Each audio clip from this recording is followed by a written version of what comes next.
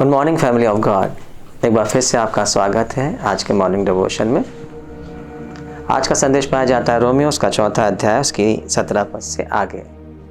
ऐसा लिखा हुआ है, जैसा लिखा है, मैंने तुझे बहुत सी जातियों का पिता ठहराया है, उस परमेश्वर के सामने जिस पर अब्राहम ने विश्वास किया, जो मरे हुए को जलाता है और जो बातें है ही नहीं उनका नाम ऐसा लेता है मानो वह है।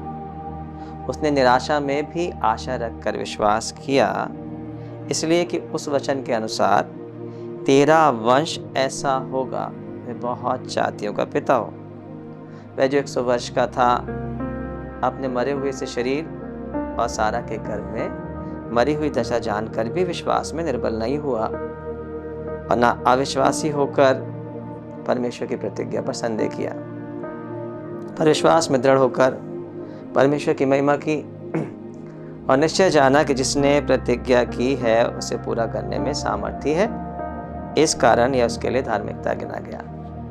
हम सब जानते हैं विश्वास के बारे में कि विश्वास करने से सब कुछ हो सकता है। कई बार हमने सुना होगा बहुत से प्रचारकों के द्वारा, और आपने प्रचार भी किया हो, ये तुम्हें राई के दाने के बराबर भी विश्वास हो तो इस पहाड़ से कहो उखड़ जा, तो तुम्हारी आज्ञा को मानेगा, समुद्र में जाके गिर जाएगा। और जब हम समस्याओं से, प्रॉब्लम से होकर गुजरते हैं, तो उत्तर नहीं मिलता है या उत्तर मिलने में देरी होती है, तो हमारे पास सबसे पहले यही सवाल आता है, परमेश्वर से सब कुछ हो सकता है, परमेश्वर के लिए कुछ भी असंभव नहीं है, पर मेरे जीवन में इसलिए उत्तर नहीं मिला, शायद मेरे पास विश्वास नहीं है। प्रियो, मैं आपको बताना चाहता हूँ, बाइबल में ये भी लिखा हुआ है, रोमियो 10:17 में, विश्वास सुनने से और सुनना परमेश्वर के वचन से आता है। फेथ कम्स, विश्वास आता है, जैसे विश्वास आता है वैसे डाउट भी, फियर भी आता है। यदि विश्वास आता है तो हमको विश्वास में कैसे बढ़ना है, कैसे इस विश्वास में मजबूत होना है, जिससे हम अपने चमत्कारों को अपने जीवन में देख सकें। जैसा हमने यहाँ देखा, हम बार बार सुन चुके हैं अब्राहम के बारे में, अब्राहम की टेस्टमनी के बारे में। अब्राहम को कहा जाता है कि विश्वासियों का पिता है। उस समय जब उसके पास कुछ भी नहीं था, तब परमेश्वर ने उसे बुलाया और उससे कहा, सब देश में तुझे दे दूंगा। फिर परमेश्वर ने उससे यह भी कहा, तो बहुत सी जातियों का पिता होगा। यहाँ जो हमने अभी वचन को पढ़ा है रोमियो के 4थे अध्याय में, वहाँ कुछ विश्वास की कुछ कदम हैं जिनके द्वारा अब्राहम ने भी विश्वास में दृढ़ होना सीखा।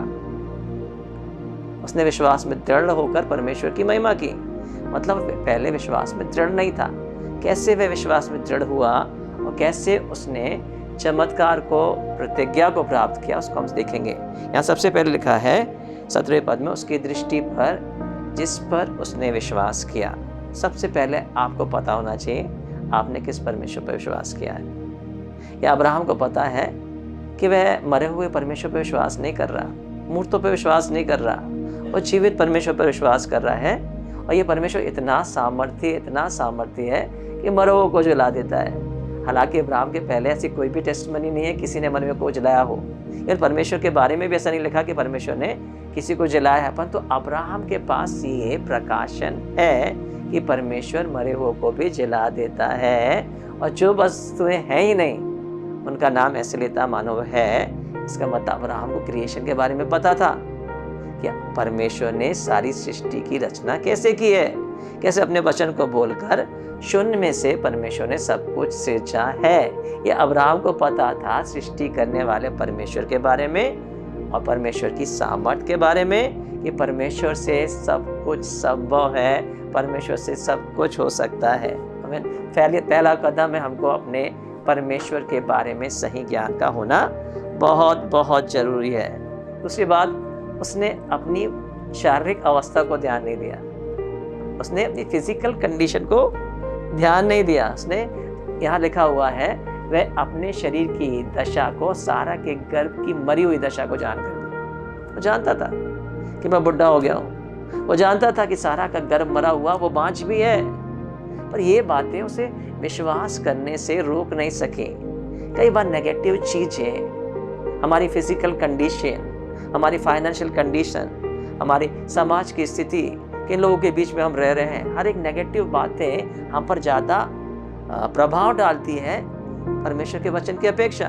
और जब ये नेगेटिव बातें ज़्यादा प्रभाव डालती हैं तो ये परमेश्वर के वचन को, परमेश्वर की प्रतिज्ञाओं को दबाती जाती है। परंतु यहाँ अब्राहम ने निर्णय लिया, चूज किया, नहीं, मैं अपनी कंडीशंस को नहीं देखूंगा, अपनी फिजिकल कंडीशन को अपने माइंड पर, अपने ऊपर हावी नहीं होने दूंगा।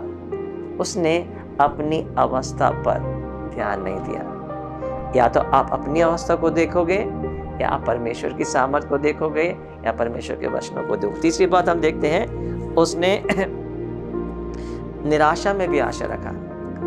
सिचुएशन होपलेस थी, कंडीशन अच्छी नहीं थी, आशा रखने की कोई बात नहीं थी। इतने साल हो चुके थे। जब परमेश्वर ने बुलाया उस समय अब्राहम की अवस्था 70 वर्ष की थी, और परमेश्वर ने कहा था, प्रतिज्ञा दे के बुलाया था। पर यहाँ पर 90 साल के ऊपर होने को आए हैं, 20-25 साल हो चुके हैं, परंतु अभी तक प्रतिज्ञा का जवाब, प्रतिज्ञा पूरी नहीं हुई है। अभी तक इंतजार कर रहा है। 1 साल इंतजार किया, 2 साल इंतजार किया, बहुत साल इंतजार किया, पर अभी तक पूरी नहीं हो रही है। फिर भी उसने निराशा को अपने ऊपर आने नहीं दिया। उसने निराशा में आशा रखी है। किस बात पर आशा रखी है? ये सारे समय बीतते जा रहे हैं, परंतु उसका आशा परमेश्वर की प्रतिज्ञा पर है। बार बार उसको पता है कि परमेश्वर ने कहा है, तेरा वंश ऐसा होगा, तो बहुतों का पिता होगा, तेरा वंश पृथ्वी पर प्रतापी होगा, तो आशीष का मूल होगा। तो उसको पता है कि परमेश्वर ने कहा है, ये परमेश्वर का वचन है। और बार बार हमारे जीवन में यही होता है, परिस्थितियाँ, सिचुएशन, हमारी शारीरिक अवस्था हमें परमेश्वर के वचन पर, परमेश्वर की प्रतिज्ञा पर फोकस करने से रोकती है। पर यहाँ पर उसने चूज किया, निर्णय लिया, बार बार वो परमेश्वर के वचन को देखता, परमेश्वर के वचन को बोलता। इसके पर मैं बार बार उसके माइंड में, उसके मुंह पे परमेश्वर का वचन है, परमेश्वर के लिए कुछ भी असंभव नहीं है। हाँ, मुझसे नहीं हो सकता, मेरी कंडीशन ऐसी नहीं है, मुझसे नहीं हो सकता, परंतु परमेश्वर से सब कुछ हो सकता है। कई बार हम सोचते होंगे, परमेश्वर ने प्रतिज्ञा की है, कि परमेश्वर को नहीं पता है? अब्राहम को पता है उसकी कंडीशन कैसी है। क्या परमेश्वर को नहीं पता है कि अब्राहम 100 साल का होने जा रहा है? क्या परमेश्वर को नहीं पता है कि सारा बांझ है और सारा की उम्र बहुत हो चुकी है? क्या परमेश्वर को नहीं पता है? परमेश्वर को सब कुछ पता है, फिर भी परमेश्वर ने प्रतिज्ञा की ना। जब परमेश्वर ने प्रतिज्ञा की, जानबूझकर प्रतिज्ञा की, जानते हुए प्रतिज्ञा की कि एक कंडीशन कैसी है, तो इसका मतलब परमेश्वर को पता है ये कंडीशंस अब्राहम की या आपकी परिस्थितियां परमेश्वर को अपनी सामर्थ्य दिखाने से, प्रतिज्ञा करने से नहीं रोक सकती है। आपकी कंडीशन नहीं रोक सकती है। हाँ, आपका अविश्वास रोक सकता है। तो अब्राहम ने क्या किया है? विश्वास में दृढ़ होना सीखा है। जब हम विश्वास में दृढ़ होते हैं, मजबूत हो जाते हैं, हम आसानी से परमेश्वर के साथ मिलकर काम करते हैं। परमेश्वर की इच्छा है, परमेश्वर की योजना है, इसलिए तो परमेश्वर ने प्रतिज्ञा की है। कई बार परमेश्वर को देना तो दे दे, प्रतिज्ञा करने की क्या आवश्यकता है, बोलने की क्या आवश्यकता है? यदि अब्राहम को संतान देना है तो अब्राहम को बताने की क्या आवश्यकता है? नहीं, परमेश्वर हमारे साथ मिलकर काम करता है। हमारी इच्छा के बिना काम नहीं कर सकता, हमारी मर्जी के बिना वो हमारे जीवन में आशीष नहीं दे सकता, हमारी मर्जी के बिना वो हमें चंगा भी नहीं कर सकता है। इसलिए परमेश्वर ने अब्राहम को प्रतिज्ञा इसलिए दी है ताकि अब्राहम के साथ मिलकर काम करे। और जब अब्राहम एग्री करता है, विश्वास में दृढ़ होता है, विश्वास में मजबूत होता है, जानता है कि परमेश्वर ने ये कहा है और परमेश्वर कर सकता है, और अपनी फिजिकल कंडीशन को डिनाई करना शुरू कर देता है, अपनी परिस्थितियों से अपनी आंख हटा देता है। जब तक आप असफलताओं को देखते रहेंगे, जब तक आप प्रॉब्लम पर फोकस करेंगे, आप परमेश्वर के वचन को नहीं देख सकेंगे, परमेश्वर की प्रतिज्ञा को नहीं देख सकेंगे। आप एक साथ दो जगह नहीं देख सकते। या तो आप प्रतिज्ञाओं पर फोकस करेंगे, या परिस्थितियों पर, बीमारी पर, कमजोरी पर, असफलता पर फोकस करेंगे। ये आपको और मुझे निर्णय लेना है, हमारा फोकस कहाँ है। और तो यदि हम जबरदस्ती चोरावर होकर नहीं, हम लगातार केवल परमेश्वर के वचन को फोकस करेंगे, तो एक समय आएगा, बाइबल में लिखा है, उसने परमेश्वर की महिमा की, उसने परमेश्वर की प्रतिज्ञा पर संदेह नहीं किया। 17 पद में लिखा है, परमेश्वर की प्रतिज्ञा पर संदेह नहीं किया, परंतु उसने परमेश्वर की महिमा की।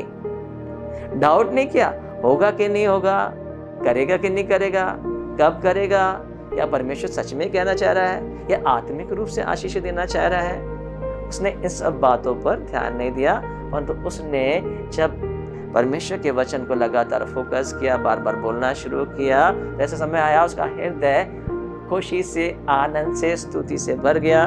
वो परमेश्वर की महिमा करने लगा, और जब परमेश्वर की महिमा करने लगा वो विश्वास में और ज्यादा दृढ़ हो गया। जैसे विश्वास में दृढ़ हो गया, ये विश्वास उसके लिए धार्मिकता गिना गया, और इस विश्वास ने उसके लिए चमत्कार को लेके आया। क्योंकि जब हम विश्वास में दृढ़ होते हैं, परमेश्वर के साथ काम करते हैं, जो प्रतिज्ञा उसने की है वो निश्चित रूप से आपके लिए पूरी होगी। बाइबल कहती परमेश्वर सच्चा है, वो मनुष्य नहीं कि झूठ बोले। यदि आपके पास एक भी प्रतिज्ञा है तो परमेश्वर उसे पूरा करता चाहता है, पूरा करने की सामर्थ्य रखता है। आपको केवल विश्वास में दृढ़ होकर परमेश्वर की महिमा करना है और उस प्रतिज्ञा पर कब्जा करना है। परमेश्वर आप सबको बहुत ऐसे आशीष दे।